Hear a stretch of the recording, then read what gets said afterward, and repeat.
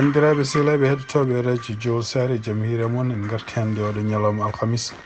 hawri ko nogasgol lewru mars hitande ujunnaje ɗiɗi nogas nayyi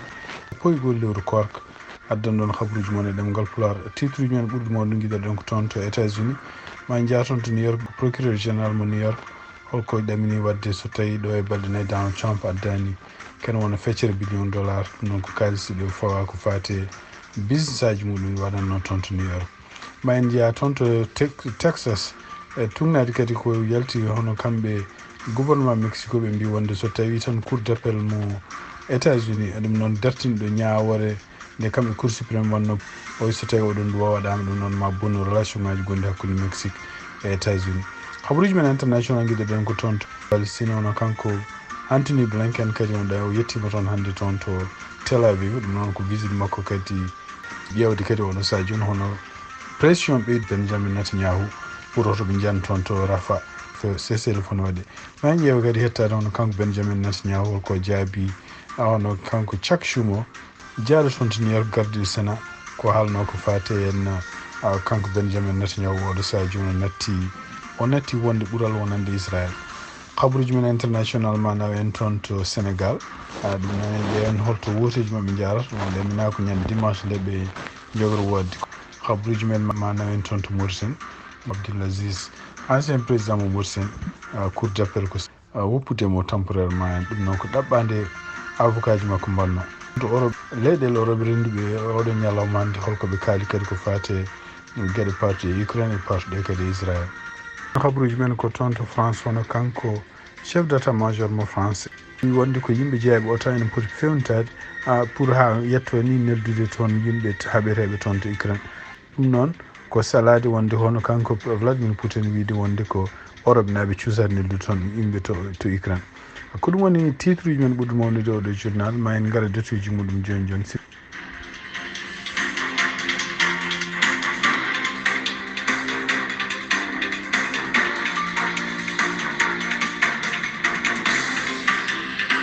bandiraɓe sehlaɓe heɗotoɓe radio jowol sare jaam hiire moon mbiɗen ni toon to New York hono kanko Donald Trump e nder titre mawɗi ko yaltita e journal uji hannde walla télévision ngaji ene wayno ko kanko Donald Trump woni koye ñagade beele omo walle walla omo ƴeewa peeje holno dañiri kono hiise hakke $1 billion ɗum noon ko 164,4 million ɗum noon ko gueɗe ɗe foti ko kalis mo foti yaltinde walla holla kam garanti muɗum ko addi altini. ɗum noon so tawi altini yettima wonde hollani o jogui garanti oɗon kalis walla kanko hoore makko yaltini oɗon kalis hadde appel makko wadde. ɗum firti ko procureur général mo New York Letitia James kañum hoore no wawi fuɗɗade ƴeftude walla heftude wonde kaake makko ɗum noon ko guila e galleji ha e hôtelaji e ko way noon. donc ɗum ɗo foof addanta ko kanko hoore makko kanko Donald Trump d' abord ko rendinde oɗo kalis ko hunde nde sikkano ko wonde ko kanko mo jogoɗo omo jogoɗen caɗele tawde wiyede wonde ko neɗɗo riche ɗiɗiɓel ngel kadi ko rendinde o kalis kadi rendinde kalis goɗɗo kadi pour walludema e campagne makko. ɗum ɗo fof ko caɗele wonandemo kanko Donald Trump. donc e tugnade kadi avocat makko mo kañum haali ngol ɗo konngol wi wonde ko kanko Donald Trump ɗonki dañde compagnie assurance ballowoma ko pour ha wawa garantie so oɗo kalis kene wiye bon muɗum walla kene wiye garantie muɗum. ko ɗum waɗi hono ko toon to New York hono kanko procureur général hono kanko Letitia James ɓe puɗɗima déjà wadde ko peeje walla ko wiyete procédure aji pour ɗum noon koye tribunal uji toon ko gueɗe ɗe ganduɗa en kamɓe eɓe mbawi nanggude ɗum ɓe kefta ɗum e Donald Trump ɗum noon hadde ñawore muɗum gasde. ɗeɗon gueɗe ne jeeya hen hôtelage en jeeya hen nokkuji gonɗi toon to New York to waɗete ko mbiyata golf nokkuji taw privé ɗum noon ko gonɗi banggue rewo Manhattan taw ɓe mbiyata ɗum ko Seven Spring gueɗe kadi ne jeeya hen kadi hawnaki yaade ha toon to état ji goɗɗi to Florida e toon to Illinois. to Florida en wayno ko nokkuji makko gonɗi toon ko wayno Mar-a-Lago ɗo woni ɗo ne jeeya hen kadi nokkuji goɗɗi toon to Chicago taw ko hôtelage makko. kono noon ko ɓuuri tengtude ko tan ko hawnaki toon to New York to ene jeeya hen Trump Tower ɗum noon ko huɓere mawde nde o jogui toon nde ene jogui kadi gueɗe goɗɗe gonɗe toon mbiyata Fori Wall Street ɗum e hôtel makko gonɗo toon mbiyata Abitin Central Park building ngaji goɗɗi kewɗi appartement ji gonɗi to New York ɗum ɗo fof ko gueɗe ɗe ɓe mbawi nangude ɓe tebto hen pour en cas so tawi jugement o continue walla waɗi tawde woni koye appel oɗo sa joni nden so tawi o addani on kalis ɗiɗon nokkuji ne mbawi yeeyede wonde lomto kalis o noon siftindon tan ko 464 million ko kanko dawon toon ko fawa oɗon kalis ne jaa hen kalisaji ɗi ganduɗa wiyama won kanko e ɓiɓe makko ɗiɗo e organisation ngaji makko foof ɓe keeɓi kalisaji walla business aji mbanno business aji ɗi ne mbaɗi fraude ɗum noon ko kalis moɓe jooɓa hen o wiya ko kalis mo laaɓani il faut ko oɗon kalis hefte ɗum woni donc ɗum ɗon ma woni 350 e quelques millions yanti hen kadi kalis goɗɗo mo fawa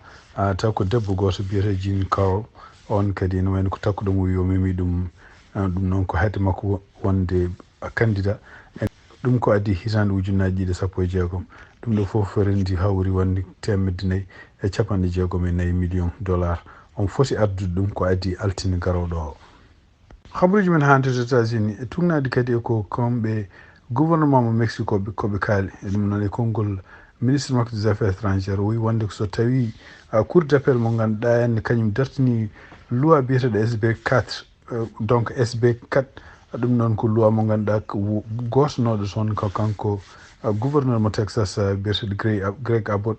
o signe noon ɗum guila mois de décembre oɗon loi noon wi wonde ko kamɓe juge uji walla ñawoɓe wonɓe toon e leydi Texas eɓe dokka doole yoɓe kala gaddaɗo toon taw ko immigré gaddaɗo ñawore yoɓe jamir jomum yo ruttine toon to Mexico ruttinede to Mexico noon Mexico ko salino ɗum gila tan par ce que wi wonde ko yimɓe ɓe kalata ɓe hawnaki ɓeɗon rewɓe ɗon naati États-Unis wona Mexique naaɓe ɗum noon kañum hoore mum jaɓani ɗum noon ko ɗum waɗi e nder koɓe kamɓe gouvernement Mexico windi hannde wi wonde ko so tawi tan oɗo loi kamɓe cour d'appel moɓe ganduɗa ɓe goni koye miijade hen oɗo saaha joni par ce que ɓe keɗinoma oɗon appel ñande alarba nde kadi ɓe mbi wonde ko maɓe ƴefti décision ɗum noon ɓe keeɗi ɗum ko caggal nde cour suprême mo États-Unis kañum hoore mum yamirno wonde loi yo fuɗɗo huterede kamɓe ɓe gaari ɓe dartini ɗum kamɓe cour d'appel donc Mexico wi so tawi tan cour d'appel o yamiri oɗo loi yo wawi huterede ene wawi ɗum ɗo ko jogor bonnude relation ngaji gonɗi hakkude mabɓe e ɗum ɗo kadi kala gostigu gonnogu ɗon ko fate commerce gonnogu hakkude États-Unis e Mexico ma o ɓuura bonde wonde ɗon e ɗum noon kadi ene wayno ko kamɓe gouvernement Mexico ɓe jamiri consulat ji mabɓe gonɗi toon to Texas foof kanƴi fof yoɗi pewnito kala mo ganduɗa joguiɗo nationalité mexicaine to woni so tawi tan ɓe kamɓe gouvernement ɗon mo état e Texas ɗum woni consulat ji ɓe jogui toon ken won 11 donc kala mexicain mo ganduɗa henne taw ko nationalité mexicaine joofaɗo walla moɓe tampini ko fate e oɗo loi ene wayno ko consulat yo wat feere heɓa no walliri oɗo neɗɗo ɗum noon firti tan wonde ko oɗo sadio no hono kanko ministre affaires étrangére mo Mexico biyeteɗo Alicia Bárcena o wi ɗum ɗo ko hunde nde ganduɗa henne ko jogori ko bonnude relation ngaji hakkude Mexique e États-Unis donc ɓe mbi ko wonde ko oɗo loi ko wiyatano waɗa ko wona kamɓe Texas foti waɗi ɗum ko gouvernement fédéral e ɗum noon en wayno ko so tawi ɗum ɗon waɗama ma addu caɗele mawɓe wonande hakkude mabɓe kamɓe Mexico e États-Unis siftin ɗon tan Mexico no wiiri ni ko kala yimɓe wiyeteɓe ne nawteɓe eɗen gartite toon to Mexico to kamɓe Mexico en ɓe mbi ɓeɗon wona yimɓe Mexique naɓe ɗum noon ala moɓe jaɓata kamɓe nene ara e leydi mabɓe taw kadi wona e beelama mabɓe donc ɗum ɗon ma addu ko uure mawde wonande hakkude Mexique e surtout en États-Unis taw kadi ko Texas waɗi ɗum siftin ɗon tan oɗo loi ene wayno ko kanko président Joe Biden law nene continue ne haaɓe hen ne wiya wonde ko kamɓe toon to Texas dadiɓe wonɓe toon ɓe yamirore kanko Greg Abbott comme mbaɗata ko ɗum ɗo ko hunde gouvernement fédéral woni foti wadde ɗum tawde ko rende frontiére uji e tawde kadi ko haalde affaire immigration yimɓe immigré ji natoɓe leydi wona gouvernement local ko wawi wonde fof ene wayno ko ɗum ɗo foof kadi ko gueɗe ɗe ganduɗa politique jantuɗe hen tawde ko hitande woteji tawde kanko kadi gouvernement makko kanko Greg Abbott ene wayno ko supportuɗo e ko Trump kadi kañum hoore mum ne jogui hen doole pour wiide ko fate ɗum ɗon yoɓe continue ɓe kaaɓe hen beele kañum ne hutoro ɗum e campagne muɗum habaruji men ha hande toon to États-Unis hono kanko Chuck Schumer e nden haala makko ka haalno ñanden o haalino wi wonde ko ene wayno oɗo saha joni hono kanko laamu makko kanko Benjamin Netanyahu e yimɓe wonɓe laamu makko natti wonnande ɓural leydi Israel sabu oɗo saha joni gueɗe ɗe ɓe mbaɗata ɗe firti ko kisal Israel woni koye ɓeydade bonde. ɗum noon o en kanko hoore makko wi wonde ko ene moƴƴi wonde ko Israel naɓe ƴeewa peeje no mbawi wadde foof pour beele ne mbaɗa woteji ko yacci kanko Benjamin Netanyahu e gouvernement makko ɓe guitte lawol. e nder konngol ngol haali ɗum noon ko dimanche ɓennuɗo en taw haaldano ko Dana Bash e nder CNN o wi wonde ko d' abord en wayno ko leydi makko wona leydi banana firti ko wona koɓe mbaɗi foof neɗɗo ne wawi arde goɗɗo ne wiya ɓene yoɓe guettu ɗum o wi kadi ene wayno ko haawi mumen ko leydi États-Unis démocratie nangga wiya leydi gondi démocratie gondi yimɓe muɗum suɓaɓe taw cuɓora ko woteji yo guetti ɗum ɗo ko hunde nde wonna gonga. o wi noon so tawi kanko Chuck Schumer o so tawi kanko Chuck Schumer o yaadani e gueɗe ɗe ganduɗa kanko Benjamin Netanyahu ɗo waɗata ɗe ene wani Chuck Schumer woni ko yaadani ko gouvernement walla ko leydi Israel foof par ce que leydi Israel naɓe foof Israel naɓe wonɓe toon foof enen gondi e muɗum e kadi ko waɗata ko foof ko gueɗe ɗe ganduɗa kamɓe Israel naɓe foof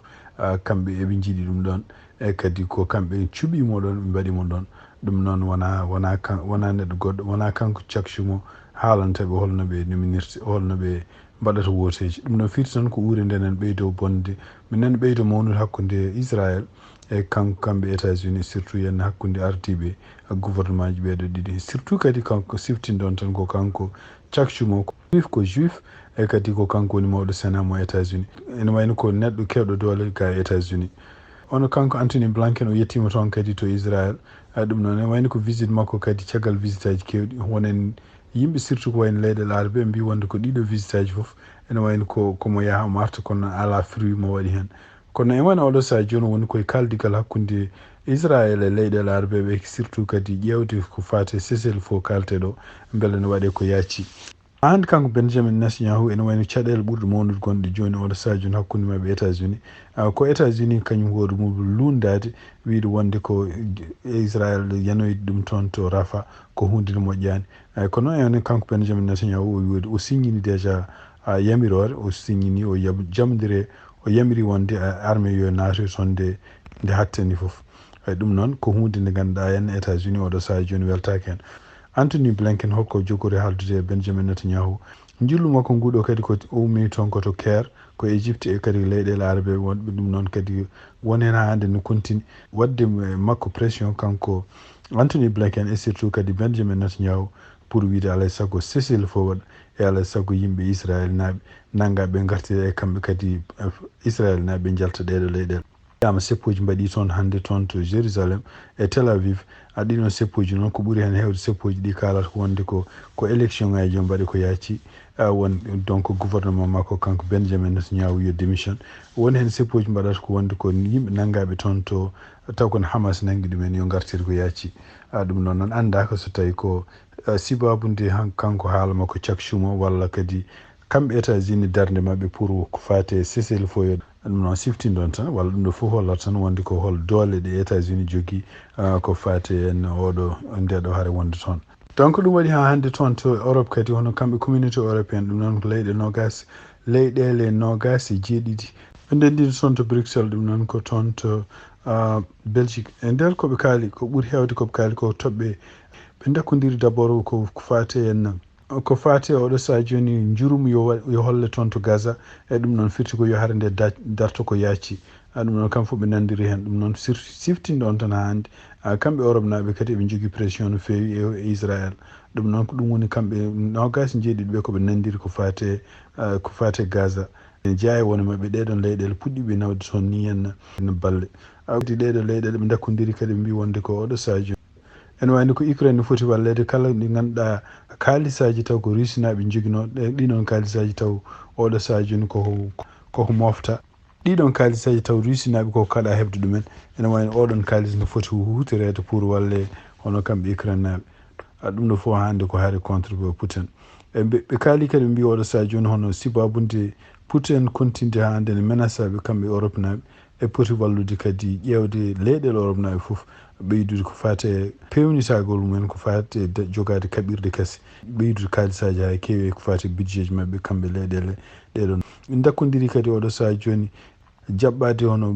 Bosnie Herzegovina kañum hoorumi jeeyade communauté européenne ɗum noon ene wayno ko wawi wonde fof ene wayno ko oɗo saha joni yurmade yimɓe wonɓe toon. tungnan hande habaruji gomiriɗi toon to radio france international hon kanko mawɗo état major mo france biyeteɗo Thierry Boucard ƴefti konngol o ɗum noon ko taw mo jaɓɓi tolno makko jeeyaɗo toon to Suède biyeteɗo général Biden ene wayno o wi wonde ko oɗo saha joni hono leyɗele OTAN ene poti jogade pewnitagol timmugol surtout ko neldude ko jiida tan e kaɓirɗe e nder haaluji makko jeyanɗiyankoɓe mbi wonde ko o yiɗi wiide tan ko wonde ko oɗo saha joni hono yimɓe OTAN ene poti arde ni ƴeftude peeje goɗɗe ni ko neldude haɓete dadiɓe tawde mballoya Ukraine naɓe haɓede wona tan neldude kaɓirɗe ɗum noon noon ari ko caggal nde kanko hoore makko Macron o haalino yeɓe jonte ɓinnude nde o wi wonde ko ma won ñalawma nde France kañum hoore mum neldi yimɓe muɗum militaire uji muɗum toon to Ukraine wallude Ukraine ɗum noon firti wonde ko oɗo saha joni kamɓe communauté européenne o eɓen jogui peeje mawɗe ɓene gummini oɗo saha joni wawde jaɓɓade wallude Ukraine e surtout e guerre mo woni contre Russie toon to Mauritanie tunadi kadi e Sahara winde ɗum noon o wi wonde ko donc ministre de la justice mo Mauritanie Mohamed Mahamadou Ould Cheikh Abdoulahi Ould Boya o e nder konnguli ɗi o jawbini e jeyanɗiyankoɓe o haali wi wonde ko ɓe namdi mum ko fate ñawore ɗiɗo policier ji mbiyanoɓe takkanoɓe ko kañumen goni sababu hono kanko kaɓantenoɗo ko fate haqqinamade biyeteɗo suuviwol chaine o wi ko holko faami ñawore mum o wi ko kanko laamu fotani wadde commentaire ko fate ñawore kono noon tan ene wayno oɗo saha joni omo laamu ngu ne welti holno peeje ko fate ñawore ɓeɗo yimɓe takkaɓe kañumen mbari policier jo holno yaari ni siftinde tan wonde ko won policier ji hakke nanggano toon to Nouakchott ɓeɗon mbiya wonde ko kañumen goni sababu oɗo suufiwol chaine maayi ɗum noon e ɗiɗon policier ji en jeeya hen commissaire oɗon police donc ɓe mbi wonde koɓe mbarimo o mayri ko sababude lebte walla torture mo mbiyata ɗum woni mayde makko kanko kono e wayno ɓeɗon goni koye ñawede taw ñawore mabɓe gasani ko wawi wonde foof ɗum ɗon kadi ene wayno ko kanko ministre de la justice o wi omo weltine o holno ñawore nde holno wayi taw holno fuɗɗori e holto yarata ɗo e kadi ɗon wayde donc leydi ndi ko leydi droit ene wayno hawnaki droit makko kanko baraɗo nane respecta saabu ɓeɗo nane continue ñawore mumen toon to Mauritanie hande no cour d'appel mo Nouakchott ɗum noon e keɗima jonte ɗiɗi ɓennuɗe no hono ɗaɓɓande ummade avocat ji makko kanko ancien président Mohamed Abdoul Aziz ɗum noon wonno ko wonde ko kanko Mohamed Abdoul Aziz yo rokke liberté temporaire ɗum noon e nder caggal ndeɓe ƴewti ndeɗon ɗaɓɓande are mabɓe joni ko ma won jonte ɗiɗi ɓe mbi wonde ko ene wayno ko kamɓe cour d'appel gonɗo toon ɓe jaɓani kala ko fate en hujjaji ɓeɗo hujjaji hono kamɓe avocat ji ancien président Mohamed Labzi dokki ɗi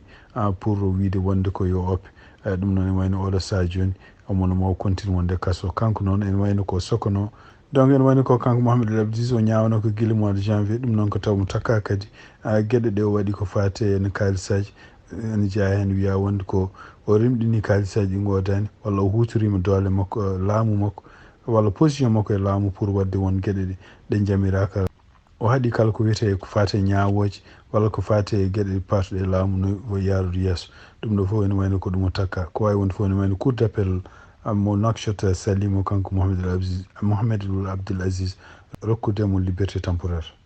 hande toon to Sénégal donc e tungnade ko radio France international haali caggal nde kanko candidat biyeteɗo Cheikh Tidiane Jeeyi kanko hoore makko nde o woppi candidature makko faati e Bachirou Diomaye Faye ɗum noon ko alarba ɓennuɗo candidat goɗɗo kadi gonnoɗo candidat biyeteɗo Habib Sy kañum hoore mum meeɗi wonde ministre kañum hoore mum wi wonde ko oɗo saha joni natti wonde candidat e kañum hoore mum faati e kanko Diomaye Bachirou Faye ɗum noon firti wonde ko oɗo saha joni wonno ko sappo e jeetati wonti sappo e jeeɗiɗi candidat kanko Habib Sy noon ene wayno meeɗi wonde ministre e temps e laamu kanko maître Abdoulaye Wade wallunomo ha wona candidat ko sababude parrainage mo ancien parti Pastef wallimo haw woni candidat ɗum noon e oɗo saha joni o wi waɗɗimo abbade Bachirou Diomaye Faye ko beele ko kamɓe opposition eɓe mbawa mbasa hewde beele eɓe mballa hono Bachirou Diomaye Faye gagnade premier tour to banggue parti PDS ɗum noon ko parti démocratique sénégal mo arti ɗum oɗo sa joni Karim Wade e kañum hoore mum candidature mum calaɗo sibabude won kayitaji mankuɗi e demande muɗum oɗo sa joni andaka taw holkoɓe jogori wadde kamɓe PDS par ce que kanko Karim Wade hay goto konngol officiel taw o haalani wonde mo sutanamo omo sutana candidat bawɗo wonde foof.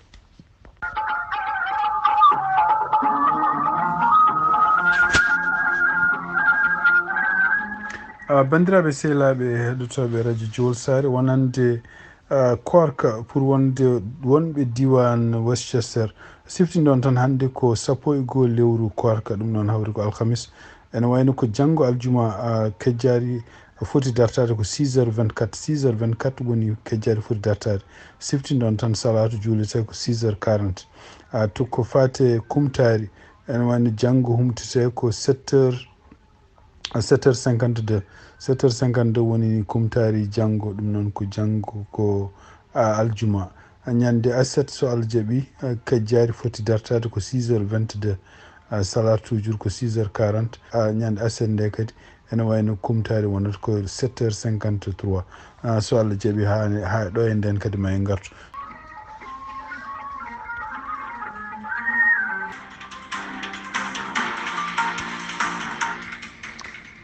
bandiraɓe sehlaɓe heɗotoɓe radio Jowol Sare hannde ko ñalawma alhamis nogasgol lewru mars hitande ujunnaje e nogas nayyi ko ɗi habaruji min jogonnoon hannde e ɗemgal Pulaar ɗum noon yen mbal jaam on jarama.